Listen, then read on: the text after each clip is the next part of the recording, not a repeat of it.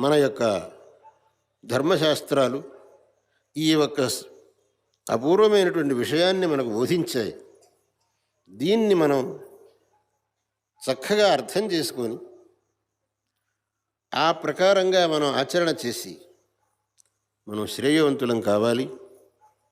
నేను ఉపన్యాసం ఎక్కడ ఆరంభించాను అని అంటే, ప్రతివాడికి సుఖశాంతులు కావాలి అని అనుకుంటున్నాడు. ఆ పాపాలు చేయకపోతే వాడు సుఖశాంతులతో ఉండగలుగుతాడు.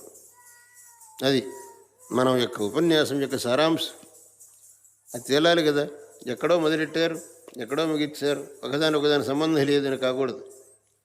ప్రతివాడు కోరుకోవడం సుఖశాంతులు.